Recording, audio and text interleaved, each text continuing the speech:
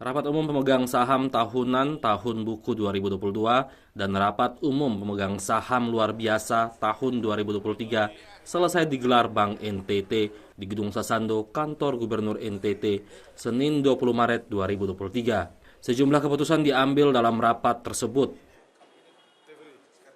Usai RUPS, Direktur Utama Bank NTT, Hari Alexander Yukaho mengatakan, RUPS menghasilkan 6 poin. Salah satunya, RUPS menerima laporan pengurus dan memberi apresiasi karena di tengah pandemi dan kredit bermasalah dari periode sebelumnya, Bank NTT terus tumbuh positif dengan mempertahankan laba.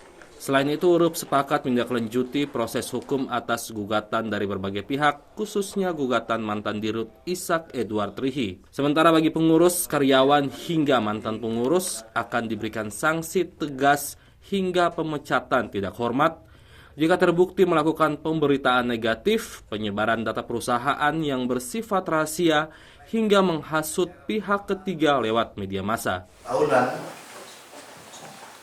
itu RUPS menerima laporan perjalanan pengurus dan memberikan apresiasi karena di tengah situasi yang sulit, situasi yang baru bangkit dari berbagai beban dan belenggu COVID, kita memiliki kinerja yang terus bertumbuh positif.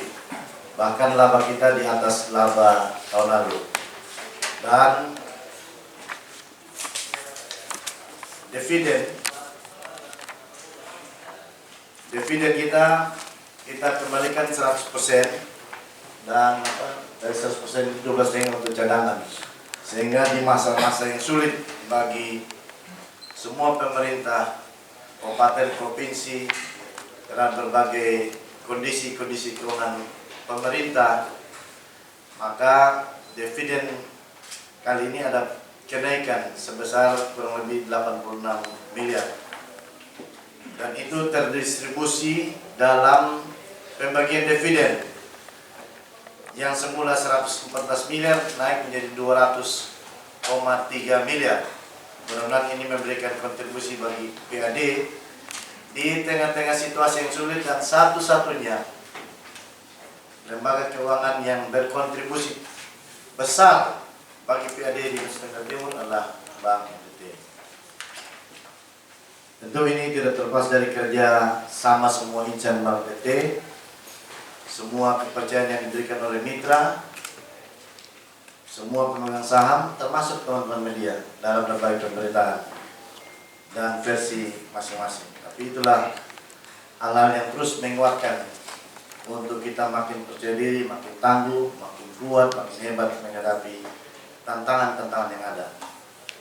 Kita juga berterima kasih pada segenap regulator Bank Indonesia dan OJK yang karena pengawasan yang ketat dan terhadap asesmen kita bisa terus mempertahankan tingkat kesehatan bank dalam level yang sehat, sehingga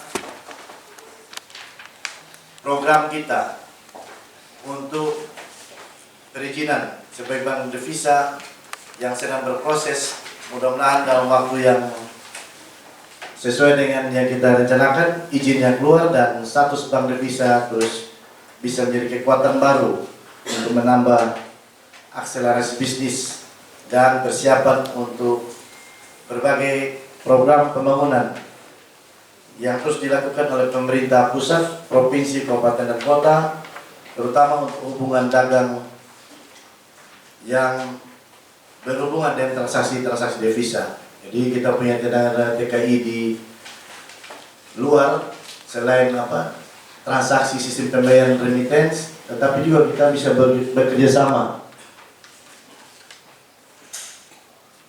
dengan berbagai pihak untuk kemungkinan pembiayaan vokasi dan pembiayaan tenaga kerja yang akan dikirim keluar dalam spesifikasi dan spesialisasi tertentu. Kemudian RUPS juga menyetujui untuk perpanjangan masa jabatan Pak Komisaris Independen, Pak Soberjo Despansianus, dan Pak Hilarius Minggu sebagai Direktur Teknologi Informasi dan Operasional. Gary Rudolf, AFP TV melaporkan. Seluruh